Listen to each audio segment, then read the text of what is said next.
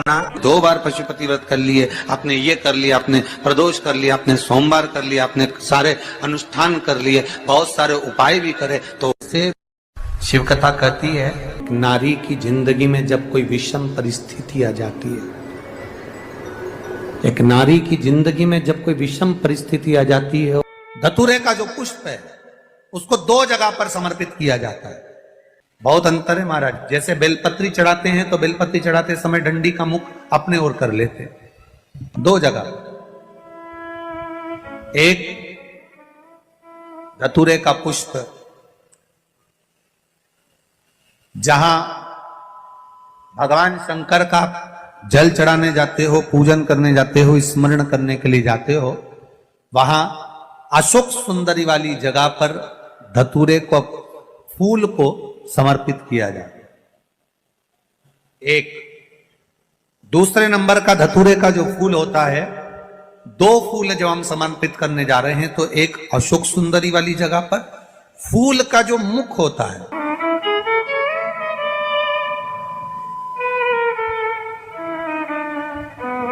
मान लो ये फूल है धतूरे का, वैसे तो धतूरे का फूल लंबा होता है, आपने दर्शन किए किस किसने करे ना, सबने दर्शन।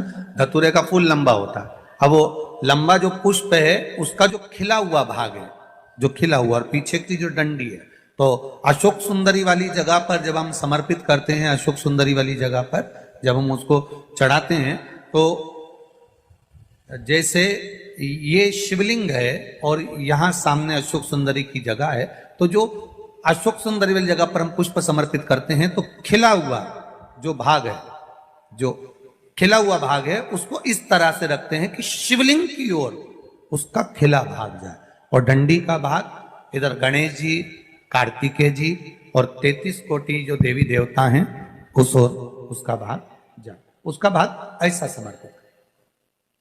एक दूसरा, शिवलिंग पर जब हम धतूरे का पुष्प समर्पित करते हैं, शिवलिंग पर जब हम धतूरे का पुष्प समर्पित करते हैं तो उस फूल का खिला हुआ जो भाग होता है उसका मुख हमारी ओर होना चाहिए, अर्थात डंडी का मुख जब शिवलिंग पर चढ़ाएंगे तो डंडी का मुख उधर हो और खिला हुआ भाग हमारी ओर। बहुत अंतर है महाराज। जैसे बेलपत्री चढ़ाते हैं तो बेलपत्री चढ़ाते समय डंडी का मुख अपने ओर कर लेते, पत्तियों का मुख उधर कर देते, तो खिला हुआ जो भाग है वो हम अपनी ओर रख लेते हैं। अब कनेर का पुष्प इससे विपरीत में चलता है। कनेर का जो पुष्प होता है उसकी डंडी का मुख हम अपनी ओर रख लेते हैं और खिला हुआ भाग महादेव की ओर कर देते हैं, वो थोड़ा विपरीत हो जाता है। तो शिव तत्व कह रहा है, भगवान शंकर का संवाद कर रहा है, शिव महापुराण की कथा कर रही है। 2 स्थान धतूरे के पुष्प को समर्पित करने के लिए दिए। कौन कौन सा स्थान है? जम के बोलो। पहला, जम के बोलो, अशोक सुंदरी की स्थान पर खिला हुआ भाग कहां होना चाहिए? महादेव की और डंडी का भाग जहां 33 कोटि देवता हों, गणेश जी, कार्तिकेय हों, उस ओर। और दूसरा, देवादिदेव महादेव। नारी की जिंदगी में जब कोई विषम परिस्थिति आ जाती है, एक नारी की जिंदगी में जब कोई विषम परिस्थिति आ जाती है और उसकी आंख के आंसू जब सूखते नहीं हैं, बड़ी दुखी होकर वो अपने घर में रहती, कहीं पति मदिरा में डूबा है, परिवार के लोग अपशब्द कह रहे हैं, ताने दे रहे हैं, गालियां दे रहे हैं, और वो सोच कर बैठी अब जिंदगी नहीं चाहिए, भगवान तू ये जीवन अब मत देना। जिसकी बहुत गति बिगड़े किसी नारी की जिंदगी जब इस तरह से जी रही होती है, शिव पुराण कहती है केवल एक चावल का दाना, एक अक्षत, एक बेलपत्र और एक पुष्प की, लाल पुष्प की पंखड़ी, जो सोमवार की अष्टमी के दिन मां मालिनी के नाम से, मां गौरा के नाम से, आदिशक्ति के नाम से 3 नामों का स्मरण कर कर, मालिनी, मां गौरा, आदिशक्ति का स्मरण कर कर जो अशोक सुंदरी वाली जगह पर समर्पित कर देती है नारी, उसकी जिंदगी से दुख समाप्त हो जाता है और वो खुशी की ओर अग्रण्य हो जाती है। मां मालिनी कोई साधारण नहीं है। गजमुखी है ये, जिसके मस्तक, जिसका शीश गज का है, साधारण नहीं है ये। मत्स्य पुराण कर रही है, विष्णु धर्मोत्तर पुराण कर रही है, और नव दुर्गा उपनिषद कह रहा है ये मालिनी मां कोई साधारण नहीं। उसका नाम का स्मरण हमारे, एक नारी बहुत कष्ट की अगर जिंदगी जी रही है तो उसको एक बार अपने जीवन में उपाय करना चाहिए, उसको जीवन में एक बार मां गजमुखी मालिनी का स्मरण करना चाहिए, उसकी भक्ति कम नहीं। दुख समाप्त। वो गजमुखी मालिनी एक लाल चंदन में भिड़ा हुआ अक्षत, एक बेल पत्र, एक फूल, लाल फूल की एक पंखड़ी हो, फूल भी नहीं हो तो पंखड़ी भी, मां मालिनी गजमुखी को जब दिया जाए तो वो सुख प्राप्त करती है। सुख।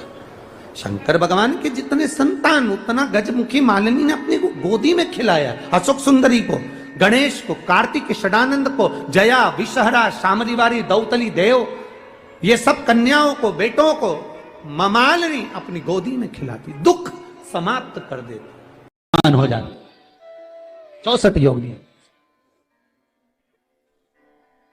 घर के अंदर बैठकर आप 27 मनके की माला जप रहे हो, घर के अंदर बैठकर 30 मनके की माला जप रहे हो, घर के अंदर बैठकर 108 मनके की माला जप रहे हो। आप जितने भी मनके की माला घर के अंदर बैठ रहे हो और जप रहे हो, उसका पुण्य आपको प्राप्त होगा, मना नहीं है, मिलेगा। पर रुपये में से 54, रुपये में से कितना मिल रहा है? 54, 25%। वही माला आप किसी मंदिर में, देवालय में, तीर्थ में जप रहे हो, उसका पुण्य मिलेगा केवल आधा, 50%, मात्र 50।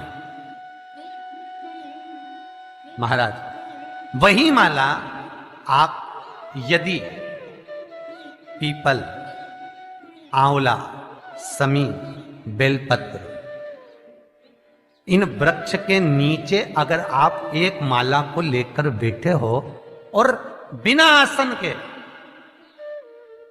समी के वृक्ष के नीचे आप कोई मंत्र जप रहे हो, कोई बेलपत्री के पेड़ के नीचे मंत्र जप रहे हो, कोई आंवले के पेड़ के नीचे मंत्र जप रहे हो, किसी पीपल के वृक्ष के नीचे मंत्र जप रहे हो, तो वहां आसन लगाने की जरूरत नहीं होती।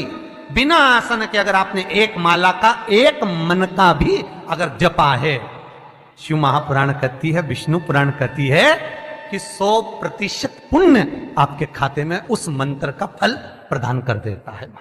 उस मंत्र का,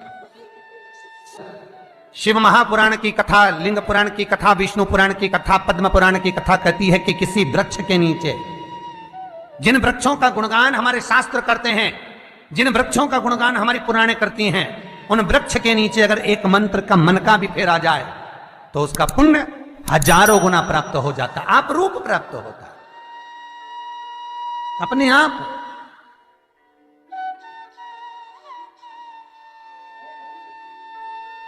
आप जिस पुण्य को करना चाह रहे, मेरा बहुत निवेदन है महाराज, बहुत प्रयास करा करो, प्रयास करना। अगर हाथ के मनके की माला भी नहीं हो और किसी पीपल के पेड़ के नीचे 15 मिनट बैठने का मौका मिल गया, आंवले के वृक्ष के नीचे 5 मिनट बैठने का मौका मिल गया, किसी आंवले के वृक्ष के नीचे आप 5 मिनट बैठे हो, ओम नमो नारायण का मंत्र का स्मरण कर लो, ओम नमो भगवते वासुदेवाय का जाप कर लो, बस उसका फल 4 गुना, हजारों गुना प्राप्त हो जाता है। शमी के पेड़ के नीचे बैठे हो, श्री शिवाय नमस्तुभ्यम का जाप करिए, 4 गुना फल मिलेगा, 1000 गुना फल। बेलपत्री के पेड़ के नीचे गए हो, ओम नमः शिवाय ओम का जाप करिए, फल मिलेगा। उस फल को हमें पाना है। शिव जी का पहला पार्वती के साथ अवतार है काल और काली, महाकाल और महा